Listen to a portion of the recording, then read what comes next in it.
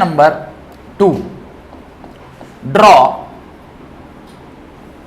Same distance time graph, distance time graph, पर this time जो distance time graph बनाना है वो बनाना है a ball is dropped from height h, from height h, एक building है जिसका हाइट h है, वहां से ड्रॉप किया गया है, and reaches the same height,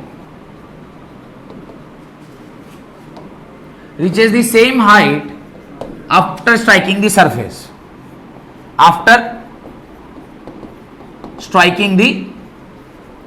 surface, surface को स्ट्राइक करके वो फिर अपने ओरिजिनल जगह पर पहुंच गया।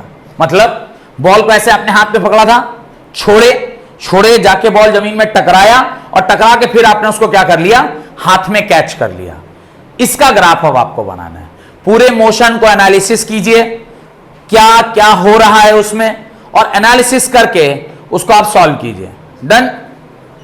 डन। सोचिए, पहले थोड़ा सा दिमाग लगाइए, सोचिए, बनाइए, आप अपनी कॉपी में बनाइए, हम देख लेंगे कि आप सही बनाए कि गलत बनाए। और जो लोग ऑनलाइन देख रहे हैं, आप लोग भी प्रयास कीजिए कैसे बनेगा, और कमेंट बॉक्स में डालिए फोटो खींच के कैसा आपने ग्राफ बनाया है, सो दैट कि नहीं, कमेंट बॉक्स में हम नहीं डाल सकते हैं, you can not post a photograph there. अच्छा, फोटो नहीं डाल सकते। अच्छा, नेचर इंग्लिश में तो लिख सकते हैं कि भाई my graph is something like this, उसका आप इंग्लिश में वो कर दीजिए, एक्सप्रेशन लिख के दीजिए कि कैसा ग्राफ बना है, पहले ऊपर गया फिर नीचे आया, कि पहले ऊपर आया फिर नीचे, कुछ तो ऐसा हुआ होगा आपके साथ। हाँ, ये तो पूरा ऐसे नमक डाल रही है ऐसे करके, वो खाना बना रही है ऐसे नमक डाल रही है ना जी, ऐसे ग्राफ बना रही है ऐसे हाँ, सोचिए, ये सोचना बहुत जरूरी है, क्योंकि ग्राफ का क्वेश्चन आप अपने ही बुद्धि विवेक से बनाना है। एग्जाम में तो हम आपके बगल में नहीं रहेंगे कि मैं आपको हर एग्जाम सवाल को सोचवाऊंगा कि भाई ऐसे होगा ऐसे होगा। आपको इस मोशन को एनालिसिस करना है। क्या मोशन है? एक बॉल है जिसको आपने क्या किया है, एक पॉइंट से ऐसे ड्रॉप किया है। जिस पॉइंट से इसको ड्रॉप किया है, धीरे धीरे उसका डिस्टेंस बढ़ता जा रहा होगा। डन। स्पीड भी बढ़ती जा रही होगी।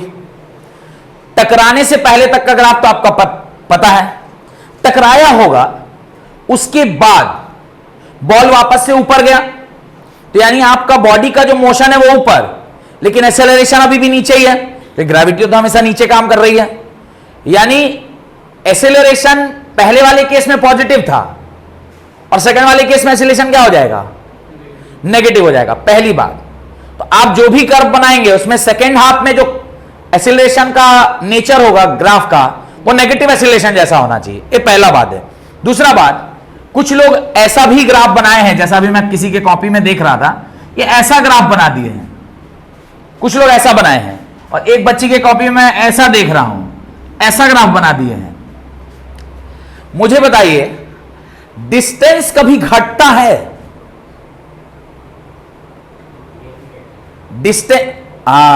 करेक्ट, ये बच्चा सही बनाया। डिस्टेंस कभी घटता है? डिस्टेंस आप घटा दिए, किसी भी बॉडी का डिस्टेंस कभी घटेगा? आप देखिए, यहां 0 से स्टार्ट हुआ, h हाइट गया, और जब वापस यहां पहुंचा तो 2h डिस्टेंस का ट्रेवल किया, तो हाइट तो ये बढ़ता ही जाएगा, नहीं घटेगा कभी। ये जो ग्राफ आप बनाए, इसका क्या मतलब है कि h हाइट पर गया और फिर 0 हाइट पर आ गया। इस ग्राफ का तो यही मतलब है। इस ग्राफ का मतलब है कि h हाइट से इनिशिएट किया, 0 हुआ और फिर h हाइट पर पहुंच गया, इसका यह मतलब है। लेकिन हमारा तो डिस्टेंस टाइम ग्राफ है, डिस्प्लेसमेंट टाइम ग्राफ तो है नहीं, और डिस्प्लेसमेंट टाइम ग्राफ होता तो भी ये गलत होता। तो डिस्टेंस टाइम ग्राफ में क्या करना है, हमारा ए पहले गया तो h, और फिर वापस जब ऊपर पहुंचा तो 2h डिस्टेंस आपने ट्रेवल किया। तो ग्राफ तो जिस जगह पर पहुंच गया उससे नीचे तो नहीं जाएगा, ऊपर ही ऊपर उसको जाना पड़ेगा। क्लियर? अगर ऊपर ही ऊपर इसको जाना है तो ग्राफ का नेचर कैसा होगा? जैसा अभी एक बच्चे ने दिखाया मुझे, वैसा ही होगा जैसा इसने दिखाया है। ये ऐसा डिस्टेंस एक्सिस और ये ऐसा टाइम एक्सिस। ग्राफ का नेचर कैसा होगा?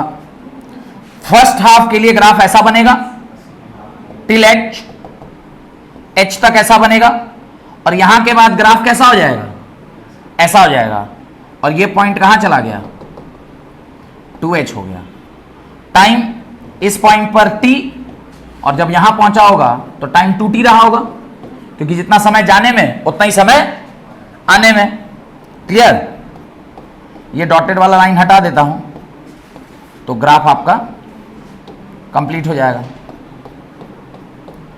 ये तो रेफरेंस के लिए लेते हैं ना, तो ये आपका क्या हो गया, नेचर ऑफ द कर्व हो गया। This is the nature of the curve. Done. ये आपका ग्राफ आएगा। जब आप क्या किए, एक बॉल को छोड़े हैं, जमीन पर गया है और वापस ऊपर आ गया है। ठीक, क्वेश्चन नंबर 3 की ओर बढ़े। हाँ, कोई डाउट है इसमें तो पूछ लीजिए।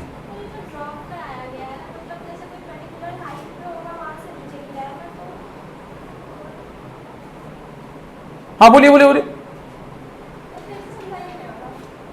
आप क्या समझे पहले वो हमको समझा दीजिए, तो फिर जो हम समझे हैं वो आपको समझा देंगे। हाँ, इनका कहना है, देखिए क्या, देखिए इनका डाउट हम समझ गए क्या कह रही है।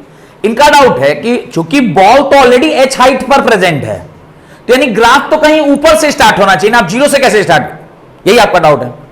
पर डिस्टेंस इस पॉइंट पर हमने जीरो है ना, बॉल का मोशन जब से स्टार्ट हुआ है तब से हम टोटल डिस्टेंस माप रहे हैं।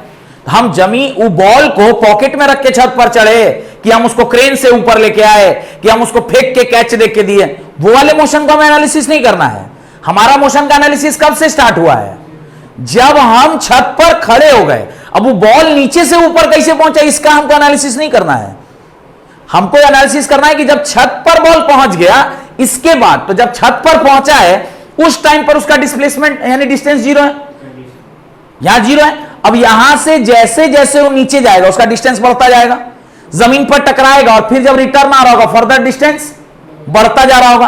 और जो h हाइट गया था वही h हाइट वापस आया, तो टोटल डिस्टेंस कितना ट्रैवल कर लिया, 2h ट्रैवल कर लिया। तो डिस्टेंस टोटल कितना ट्रैवल होना चाहिए, 2h। और समय जो लगेगा t टाइम जाने में और t टाइम आने में, तो t टाइम जाने में और t टाइम आने में। पहला जब वो नीचे जा रहा था कंटिन्यूअसली स्पीड बढ़ रहा था, तो जो आपका स्लोप होना चाहिए ग्राफ का वो कैसा होना चाहिए, जो आपका स्लोप होना चाहिए ग्राफ का वो कंटिन्यूअसली बढ़ता वाला होना चाहिए। क्लियर? और जब वो नीचे टकरा के ऊपर आ रहा है तो ऊपर आके तो फिर रेस्ट पर हो जाएगा, यानी कंटिन्यूअसली उसका स्पीड क्या होना चाहिए, घटता वाला होना चाहिए। और कंटिन्यूअसली उसका स्पीड क्या हो रहा है, यहां पे घट रहा है और फाइनली जीरो हो जाएगा।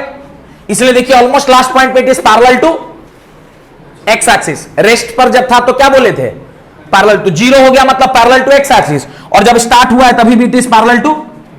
तो इनिशियली और finally body is parallel to x axis. क्यों?